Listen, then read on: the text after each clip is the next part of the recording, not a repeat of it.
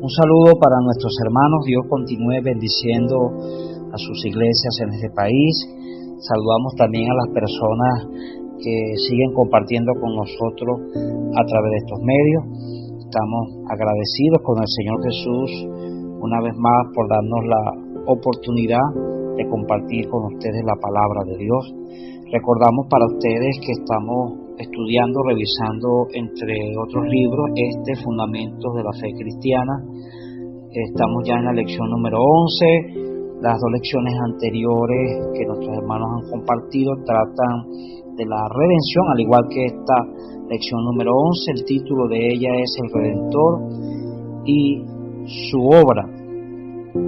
Estaremos revisando entonces las consecuencias de la caída para la humanidad, la solución para la caída del hombre, el proceso y el evangelio de la gracia. Antes de entrar en el estudio de esta lección, yo quisiera que leyésemos por favor Jeremías capítulo 42, versículo 6, donde se nos dice: sea bueno, sea malo, a la voz de Jehová nuestro Dios, al cual te enviamos, obedeceremos, para que obedeciendo a la voz de Jehová nuestro Dios nos vaya bien. Y en Romanos capítulo 6 versículo 17 dice: pero gracias a Dios habéis obedecido de corazón aquella forma de doctrina o de enseñanza a la cual fuisteis entregado. Y en Mateo capítulo 7 versículo 24 el mismo Señor Jesús compara a un hombre que oye y hace las palabras que él habla a alguien que edificó su casa sobre la roca.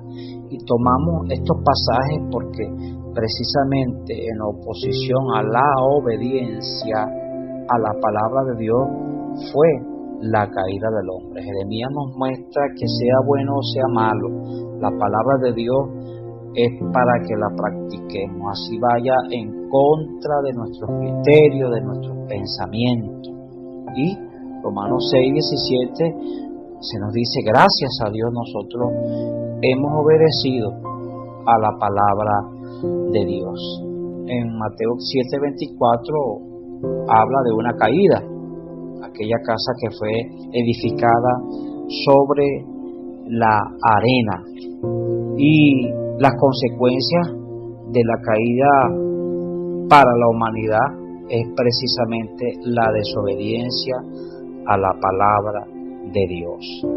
El pecado entonces entró en el hombre y provocó la tragedia más grande del universo, la corrupción del ser humano. Si hemos oído de tragedia, de catástrofe, la corrupción del ser humano no tiene comparación. Tanto así que el efecto de esta caída o de esta corrupción se puede percibir a lo largo de la historia de la humanidad hasta hoy. Por todas partes vemos guerras, injusticia, pobreza, crímenes, corrupción, opresión, enfermedades y muerte. El pecado corrompió al hombre, lo degradó, afectó al ser creado especialmente por Dios. Queremos recordar para nuestros oyentes que Primera de Tesalonicenses capítulo 5 versículo 23 nos muestra que el ser humano, el hombre, es un ser tripartito, es decir, él consta de tres partes: tiene un espíritu, tiene un alma y tiene un cuerpo. La Biblia, la palabra de Dios, nos muestra la acción del pecado sobre el hombre o en el hombre. El primer objetivo del pecado fue afectar el espíritu del hombre, llevándolo a una condición de muerte, para que el hombre entonces perdiese contacto, perdiese esa relación con su Creador. En Efesios capítulo 2, versículo 1, nos dice que el hombre está muerto en su delito y pecado. Y esta muerte no es física, no tiene que ver con la muerte del cuerpo, sino la muerte del espíritu. El hombre entonces, a través de la muerte o de la neutralización de su espíritu, no puede contactar a Dios, y su interior permanece vacío e inútil. El pecado entonces se volvió en un impedimento para que el hombre se acerque a Dios. El pecado no solamente afectó el espíritu del hombre, sino que también logró alcanzar el alma del hombre. El alma es nuestra verdadera personalidad, ella es el asiento de nuestros pensamientos, de nuestras decisiones y de nuestras emociones. Pero era la parte líder del alma, es decir, la mente, la que era el objetivo del pecado. En Colosenses capítulo 1, versículo 21, se nos dice que los hombres son extraños y enemigos en su mente, y esto se ve en las malas obras que ejecutan. Nosotros necesitamos reconocer que nuestras acciones, reacciones y comportamientos dependen de nuestra manera de pensar. En Romanos capítulo 1, cuando el apóstol Pablo nos habla de la culpabilidad del hombre, nos muestra que los hombres cambiaron la verdad de Dios por la mentira, terminando dando gloria y honra a las criaturas antes que al Creador. Despreciaron el conocimiento de Dios y por lo tanto fueron entregados a una mente reprobada para practicar cosas que no convienen. Romanos capítulo 1, versículo 28. Por último, el pecado también actuó en el cuerpo del hombre, convirtiendo al cuerpo del hombre en un esclavo de los deseos y de las concupiscencias. Romanos 6:12 nos dice: no reine pues el pecado en vuestro cuerpo mortal, de modo que lo obedezcáis en sus concupiscencias. Esto nos muestra que nuestro cuerpo se hizo esclavo del pecado. Allí mismo en Romanos capítulo 7, Pablo narra la historia del ser caído, diciendo: yo sé que en mí, esto es, en mi carne, no mora el bien, porque el querer el bien está en mí, pero no el hacerlo. Porque no hago el bien que quiero, sino el mal que no quiero, eso hago. Y en conclusión, si hago lo que no quiero, ya no lo hago yo, sino el pecado que mora en mí. Romanos capítulo 7, versículo 18 y versículo 20. Una vez que entonces el hombre fue afectado en sus tres partes, corrompido completamente, el hombre terminó siendo enemigo de Dios y esclavo del diablo, según Romanos capítulo 5, versículo 10 y Hebreos capítulo 2, versículo 14 y 15. El hombre entonces hizo una alianza con el mundo, con un sistema mundano, satánico, donde el príncipe de este mundo es el diablo. Santiago capítulo 4, versículo 4 dice que cualquiera pues que se hace amigo del mundo se constituye enemigo de Dios. Entonces el hombre, aparte de haber sido afectado en sus tres partes, terminó siendo enemigo de Dios y esclavo del diablo por el temor de la muerte. A veces que Satanás amenaza con la muerte al hombre cuando éste no le obedece en el pecado, pero el punto es que la muerte es el destino del hombre por causa del pecado, según Romanos capítulo 6, versículo 23, donde se nos dice que la paga del pecado es la muerte. La solución para la caída del hombre. Son muy pocas las cosas de las que el hombre puede librarse por sí solo. El hombre entonces es incapaz de liberarse del pecado y de sus consecuencias. Solo Dios puede hacerlo. Dios entonces interviene para liberar al hombre del pecado y de las consecuencias de este. Él lo hizo ¿cómo? Enviando a su Hijo al mundo. Juan capítulo 3, versículo 16 dice que de tal manera amó Dios al mundo que dio a su Hijo unigénito, para que todo aquel que en él cree no se pierda, mas tenga vida eterna. Como hombre, el Señor Jesús, Dios mismo, tenía que nacer de una mujer y volverse participante, es decir, participar de carne y de sangre. Como Dios, definitivamente tenía que venir de una manera extraordinaria, como ningún hombre podría hacerlo. Por eso, según lo profetizado en Isaías capítulo 7, versículo 14, Él nacería de una virgen. Por tanto, el Señor mismo os dará señal. He aquí que la Virgen concebirá y dará a luz un hijo y llamará a su nombre Emmanuel, que es Dios con nosotros. Jesucristo es Dios corporificado. En Juan capítulo 1, versículo 1 dice que Él en el principio era la palabra, era el verbo, y que Él estaba con Dios, pero que también Él era Dios. Y en el versículo 14 se nos muestra que Él, el verbo, fue hecho carne y que habitó entre nosotros y que vimos su gloria como el unigénito del Padre, lleno de gracia y de verdad.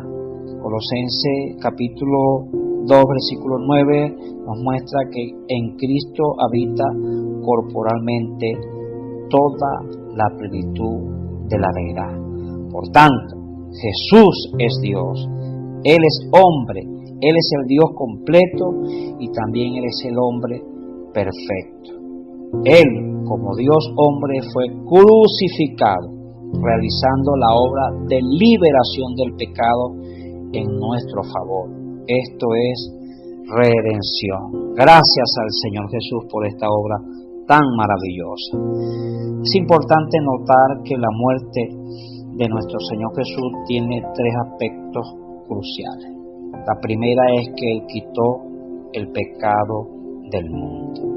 Los sacrificios en el Antiguo Testamento parcialmente, temporalmente, cubrían o quitaban el pecado. Mas en Juan capítulo 1, versículo 29 se nos dice que Él es el Cordero de Dios que quita el pecado del mundo. Él es nuestro sustituto. Primera de Pedro capítulo 3 versículo 18 dice que Él padeció una sola vez por los pecados, el justo por los injustos, para llevarnos a Dios, siendo a la verdad muerto en la carne, pero vivificado en el Espíritu. El segundo aspecto crucial de la muerte de nuestro Señor Jesús es que Él destruyó por medio de su propia muerte al que tenía el imperio de la muerte, esto es, al diablo. En Primera de Pedro, capítulo 2, versículo 24, dice, quien llevó Él mismo nuestros pecados en su cuerpo sobre el madero, para que nosotros, estando muertos a los pecados, vivamos a la justicia, y por cuya herida fuimos sanados. Alabado sea el Señor. En su cuerpo el Señor Jesús cargó con todos los pecados de la humanidad, crucificando el poder del pecado, pero también destruyendo por medio de su propia muerte, ya que aunque Él participó de carne y de sangre, y los pecados de la humanidad fueron cargados sobre Él, su vida fue una vida irreprensible, no se halló pecado en su boca.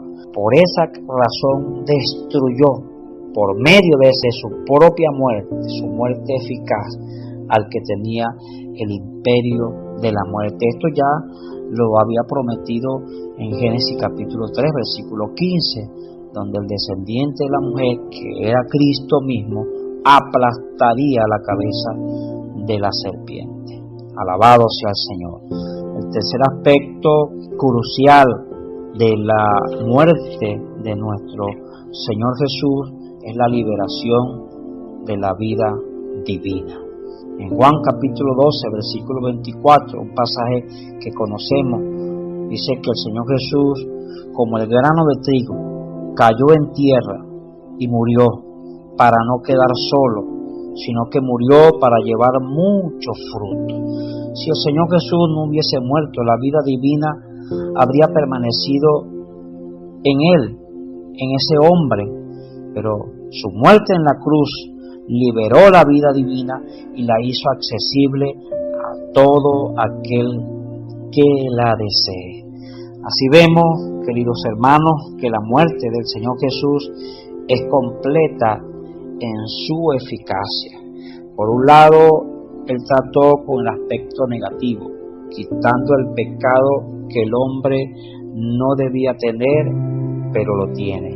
Y por otro lado, con el aspecto positivo, proporcionándonos la vida divina que el hombre debería tener, pero no la tiene.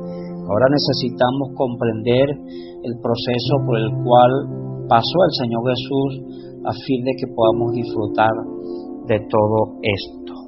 En 2 Corintios capítulo 5 versículo 14 dice que el amor de Cristo nos constriñe, pensando esto, que si uno murió por todo, luego todos murieron, y por todos murió para que los que viven ya no vivan para sí, sino para aquel que murió y resucitó por ellos. El amor de Dios para con el hombre es inmenso. Él se somete a un proceso. Él era Dios mismo, ilimitado por el tiempo, pero entró en el tiempo, limitándose al espacio. Dice que se humilló y se sujetó a las leyes naturales y esperó pacientemente en el vientre de una virgen hasta el momento de nacer. Fue así como ocurrió ese milagro maravilloso, el anhelo del corazón de Dios, mezclarse con la humanidad. Él nació y fue llamado Jesús, según Mateo capítulo 1, versículo 21. En su vivir, Él expresó el verdadero amor, comprendió a todas las personas, fue misericordioso con ellas, mientras que estuvo entre los hombres, expresó y manifestó a Dios a todos los que tenían contacto con Él. Y por la incomprensión de los hombres, murió en la cruz. No obstante, su muerte sirvió para redimir, esto es, para liberar al hombre del poder del pecado y de la muerte. Su sangre derramada en la cruz garantiza la paz con Dios.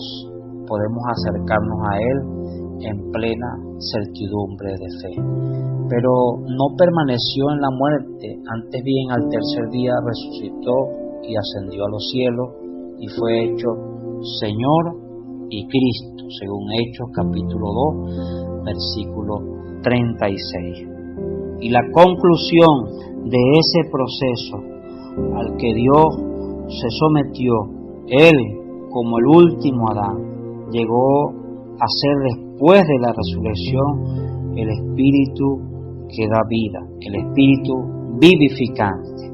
Primera de Corintios, capítulo 15, versículo 45. Dios el Padre es inaccesible, según 1 Timoteo, capítulo 6, versículo 16. Y aunque había venido en el Hijo a vivir como hombre entre nosotros, entre los hombres, Él, como el Hijo, no podía entrar en el hombre, porque estaba en una forma física, tenía carne y tenía sangre, pero por medio de la muerte y de su resurrección, Él cambió su forma física a una forma espiritual, como el Espíritu.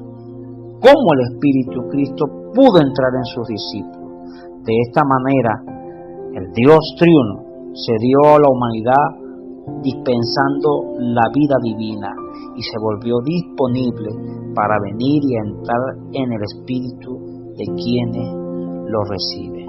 El Dios invisible, que habitaba en luz inaccesible, se hizo totalmente disponible al hombre. Apreciados hermanos, pensemos por un momento si todo esto, lo que hemos compartido hasta ahora, todo el proceso por el cual Dios tuvo que someterse por causa de la caída del hombre, viendo la incapacidad del hombre para liberarse del pecado y de sus consecuencias, Dios vino en la persona de su Hijo. Si todo esto hubiese permanecido oculto, ninguno de nosotros hoy tendríamos la vida divina. Aún estuviésemos en nuestros pecados, aún quizás estuviésemos lejos de Dios, de su palabra, en el mundo, sin Él y sin esperanza. Por eso el punto final de esta lección es el Evangelio de la gracia. Toda esta obra no estaría completa sin la comisión dejada por el Señor Jesús a nosotros, a sus discípulos. Recuerde que en la parte final del ministerio terrenal del Señor Jesús, Él les dice a sus discípulos que fuesen por todo el mundo y predicaran el Evangelio a toda criatura. Ahora que su obra estaba concluida, la carga, la preocupación del Señor Jesús era que los discípulos hablaran de ella a toda criatura. Pablo lo comprendió muy bien por revelación y por visión, y en Romanos capítulo 1, versículo 16, él pudo decir con pasión: porque no me avergüenzo del Evangelio, porque es poder de Dios para salvación a todo aquel que cree. Nosotros somos testigos del poder del Evangelio, porque hemos sido alcanzados por esta palabra, hemos sido alcanzados por la vida de Dios, experimentamos la regeneración, hoy estamos siendo transformados, hoy estamos siendo conformados hasta tener la imagen de su propio Hijo. El Evangelio son buenas noticias, son buenas nuevas, y nosotros no somos los únicos en tener derecho a estas buenas nuevas, a estas buenas noticias. El hombre también tiene derecho. Por eso el encargo para nosotros es la predicación del Evangelio.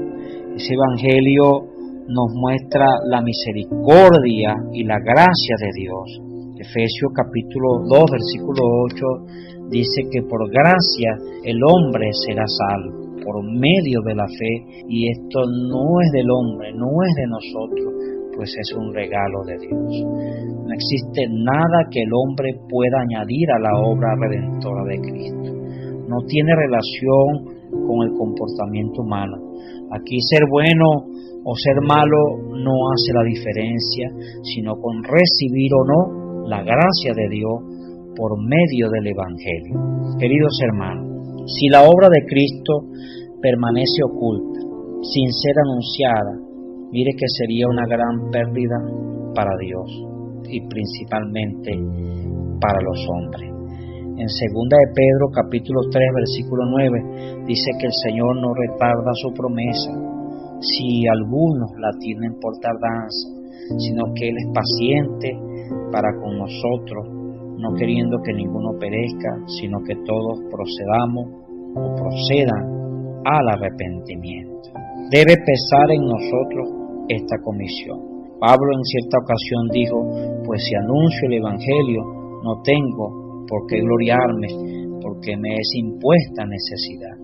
Y ay de mí si no anunciare el Evangelio. 1 Corintios capítulo 9 versículo 16. Así como Pablo, nosotros también debemos conocer la grandiosidad y la importancia que el Evangelio tiene en la vida de quien lo recibe. En Hechos capítulo 20, versículo 24, Pablo dijo que no estimaba preciosa su vida y que para sí mismo con tal que terminase la carrera con gozo y el ministerio que había recibido del Señor Jesús para dar testimonio del Evangelio de la gracia de Dios. En Hechos capítulo 26, versículos 16 al 18, hay una exhortación para nosotros. Digo para nosotros porque ya Pablo no está, Pedro tampoco está, no está Juan, está el Espíritu Santo guiándonos, fortaleciéndonos, revistiéndonos, llenándonos con su poder a fin de que seamos testigos.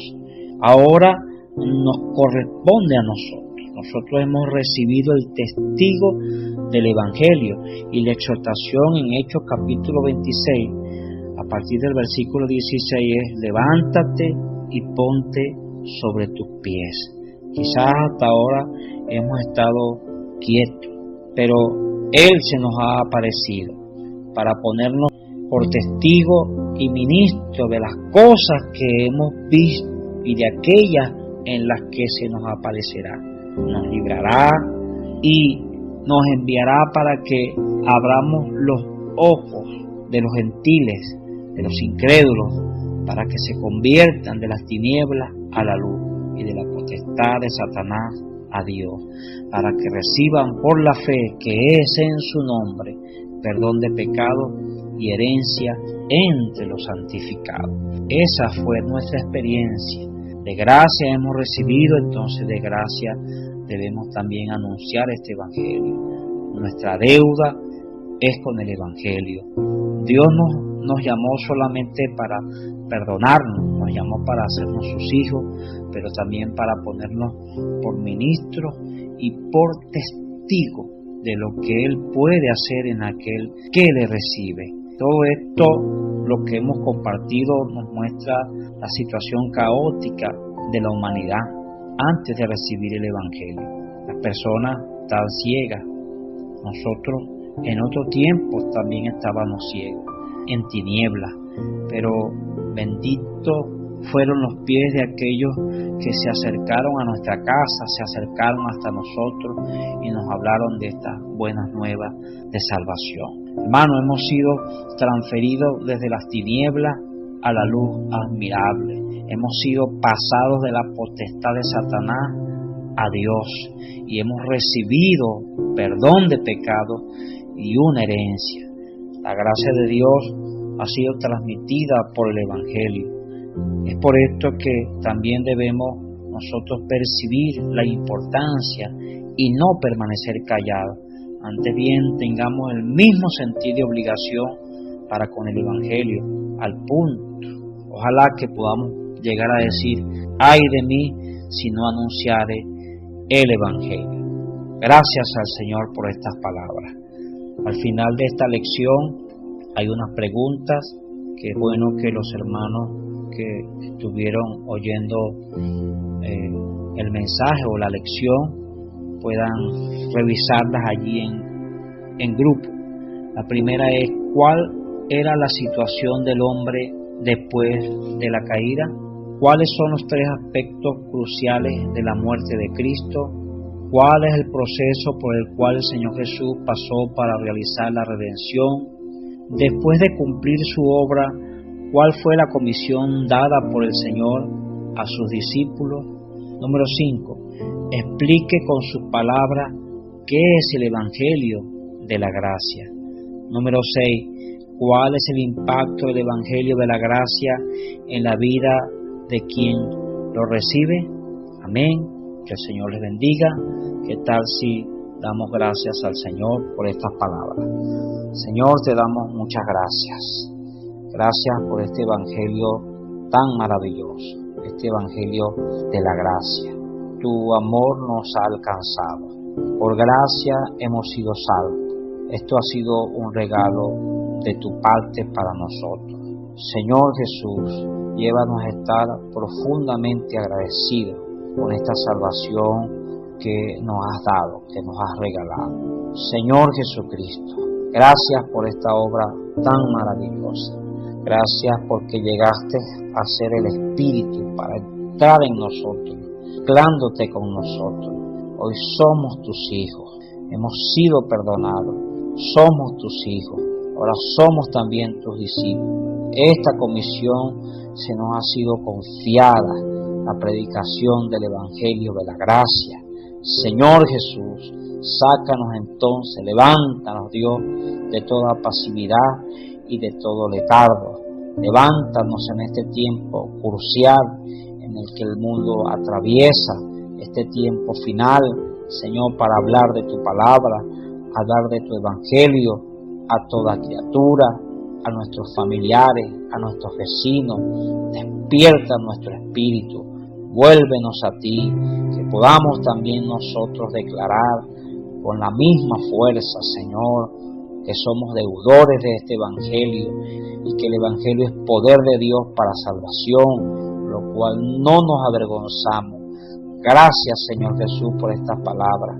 Bendice, Señor, a los que pudieron oír estas palabras y pudiste alcanzar con este Evangelio de la gracia. Te alabamos y te bendecimos. Muchas gracias, Señor.